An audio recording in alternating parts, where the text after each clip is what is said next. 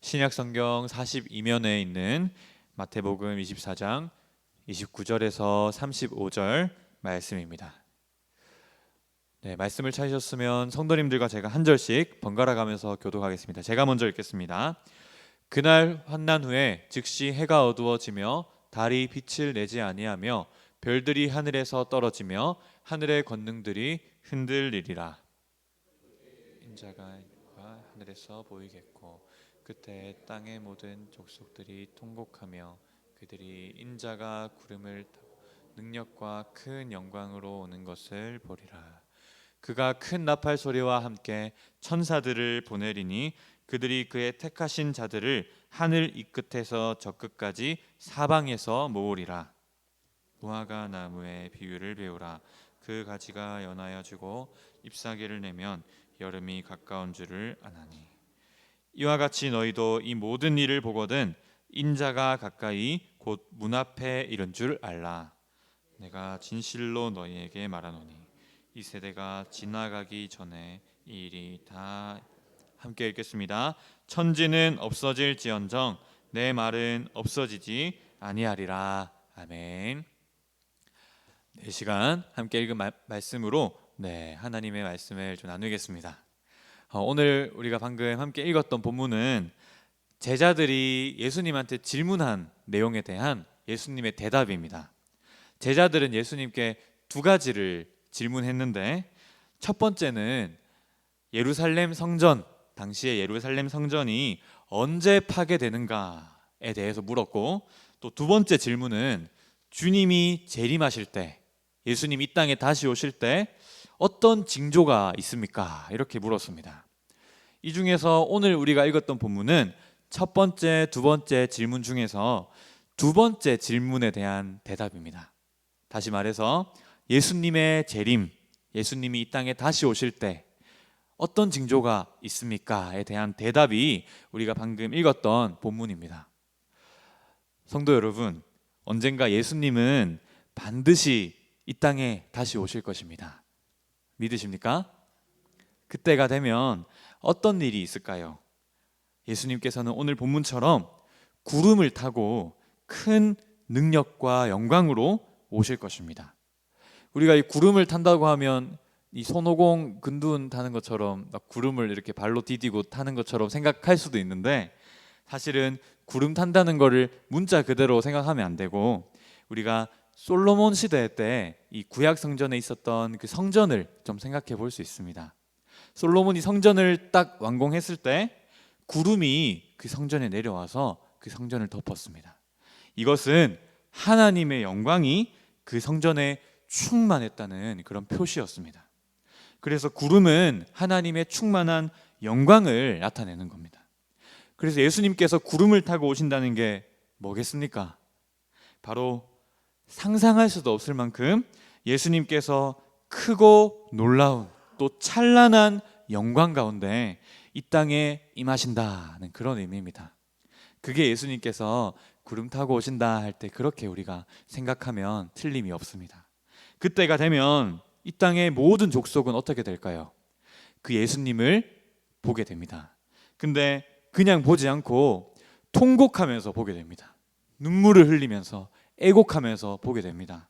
왜 그럴까요? 그때가 되면 이제 그 사람들이 자기 죄를 다 깨닫는 겁니다. 자기가 평생 거부하면서 살았던 그 예수가 진짜 하나님이고 온 세상의 구주이실 뿐만 아니라 온 인류의 심판자이시라는 사실을 그때에서야 비로소 아니까 이제 어쩔 수가 없는 거죠. 슬피 울며 이를 갈고 깊은 후회와 회한을 느끼는 겁니다. 하지만 그때는 돌이킬 수가 있습니까? 없습니까? 돌이킬 수 없습니다.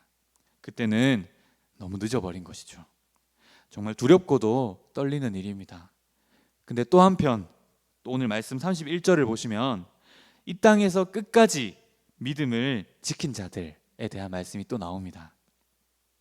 예수님께서 큰 나팔 소리와 함께 천사들을 보낸다고 하십니다. 우리는 이렇게 큰 나팔 소리가 울릴 때 막 두려운 마음이 들 것 같기도 합니다. 우렁찬 소리에 깜짝 놀라고 무서워할 것 같기도 한데, 우리는 이 나팔 소리를 절대 두려워할 필요가 없습니다. 왜냐하면 하나님께서 자기 백성을 구원하려고 부르실 때 항상 이 나팔 소리를 부셨기 때문이에요.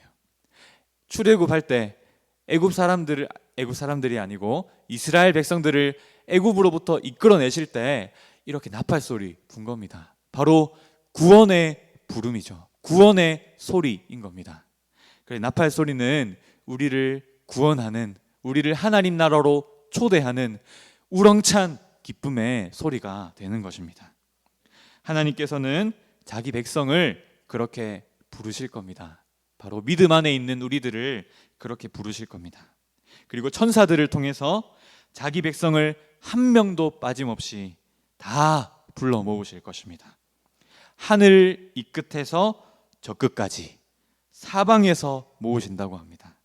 그들이 어디에 있든지, 하늘 이쪽 끝에 있든지 저쪽 끝에 있든지 어디에 있든지 하나님께서는 자기 백성들 한 사람 한 사람 잊지 않으시고 자기 성도들을, 자신의 백성들을 부르시고 모으시는 것이죠. 그리고 성도들에게는 이 날이 정말 정말 큰 기쁨의 날이 될 것입니다. 모든 수고와 고생을 마치고 주님 품 안에서 영원한 안식과 복락과 위로와 영광을 누리게 되는 것입니다. 우리에게 그런 소망이 있는 줄을 믿습니다. 그런데 오늘 말씀에서는 이것이 사실 핵심이 아닙니다. 이 땅에 주님 재림하실 때 이러저러한 일들이 많이 일어나겠지만 이렇게 질문할 수 있습니다. 이 재림이 언제 일어날까요? 우리는 이런 거에 참 우리의 호기심과 흥미가 발동하죠. 언제 주님이 오실까? 심지어는 호기심에 그치지 않고 종말의 날을 막 예견하고 짐작하고, 더 나아가서는 그런 걸로 사람들 막 미혹하고, 그런 일들이 역사 속에서 참 많았습니다. 근데 성경은 우리에게 뭐라고 말합니까? 성경은 우리에게 재림의 시기가 언제인지 의도적으로 일부러 알려주지 않습니다. 하나님의 말씀이 의도적으로 가리어 놓은 것을 우리가 무분별한 호기심으로, 교만한 궁금증으로 감히 파헤치려 해서는 안 됩니다. 우리는 성경이 가는 곳까지 가고 성경이 멈추는 곳에서 마땅히 멈추어야 하는 것이죠.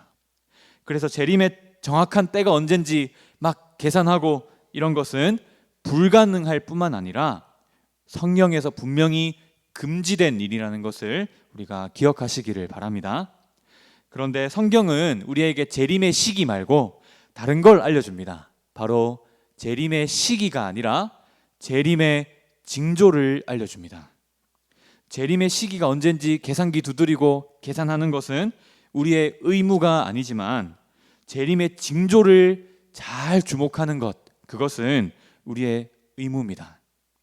그래서 예수님께서 오늘 본문에서도 무화과 나무의 비유를 배우라 이렇게 말씀하고 계신 것이죠. 당시에 무화과 나무가 이제 가지가 연해지고 잎사귀를 내면 누구든지 그 무화과 나무를 딱 보면 이제 여름이 곧 오겠구나, 이렇게 누구든지 생각했던 겁니다. 이런 징조를 알아차리지 못하고 다가오는 여름을 준비하지 못하는 사람은 정말 정말 어리석은 사람입니다. 이처럼 우리도 주님이 다시 오신다는 재림의 징조를, 그 징조를 계속해서 주목하고 알아차리고 그것을 좀 느낄 수 있어야 됩니다. 주님이 언제 오실지 모른다는, 주님이 곧 오시겠구나 하는 그런 일종의 거룩한 긴장감을 우리가 가지고 있어야 되는 것이죠. 이건 불안하기 때문에 가지는 긴장감이 아닙니다. 우리가 주님 언제 오실지 모르니까 내가 하루라도 더 주님 위해서 살아야지 하는 그 간절함 때문에 자발적으로 내가 그 긴장감 속에 살아가겠다 하는 그러한 거룩한 긴장감입니다. 성도 여러분, 오늘날 실제로 이미 재림의 징조들이 계속해서 나타나고 있습니다. 이 땅에 주님 다시 오실 날이 얼마 남지 않았다고 계속해서 우리에게 외치고 있습니다. 그러므로 우리는 우리 주님이 가까이 문 앞에 와 계신 줄을 알고 늘 깨어 있어야 하는 겁니다.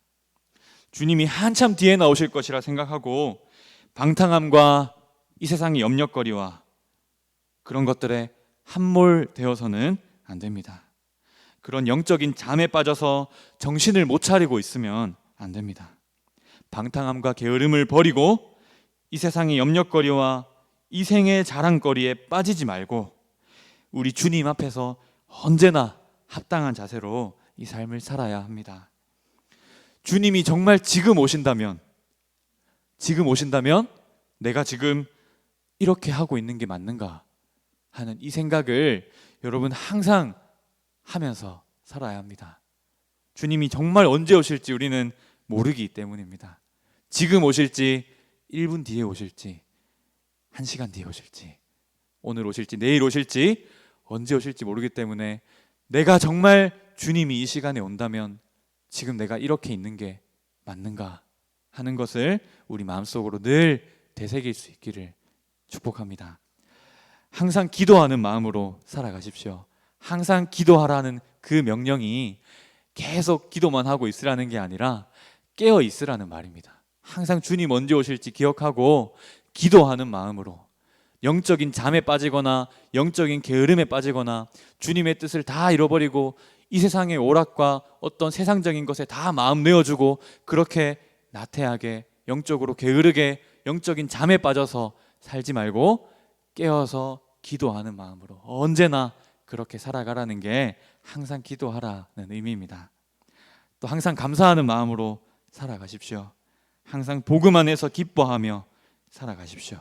그래서 우리가 주님 앞에서 주님이 이 땅에 딱 오셨을 때 우리가 너무 주님 앞에 부끄러운 순간으로 주님을 맞이하는 일이 없기를, 그런 일이 없기를 간절히 바라고 또 축복합니다. 네, 시간 다 함께 기도하겠습니다. 하나님 아버지, 이 새벽에 우리를 주님의 말씀 앞에 불러주시고 주님의 거룩한 말씀을 듣게 하시니 감사합니다. 하나님, 이 땅에 다시 오시는 그 예수 그리스도께서 이 땅에 다시 오실 그 날이 머지 않았음을 우리 마음에 늘 새기게 하여 주십시오. 우리를 나태하게 하고 영적인 잠에 빠지게 하고 주님 다시 오시는 거, 그런 거 생각하지 못하도록 우리를 방해하고 우리를 잠재우려 하고 우리를 계속해서 영적인 태만함 가운데 빠뜨리려 하는 이 세상에 많은 것들이 있지만 우리가 그럼에도 불구하고 주님 말씀 붙들고 주님 다시 오실 그날 기억하고 주님이 말씀하신 그 징조를 배우라 하신 것처럼 그 징조를 주목하고 우리가 언제 오늘 오실지 지금 오실지 언제 주님이 오실지 모른다 하는 그 마음으로 거룩한 긴장감으로 주님 위에 살고 싶은 그 간절함으로 우리가 항상 우리의 1분 1초 모든 순간을 하나님 앞에서 깨어서 기도하며 항상 기뻐하며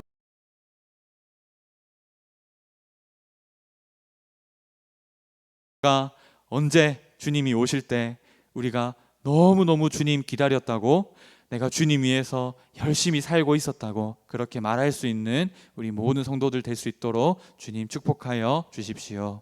예수님의 이름으로 기도합니다.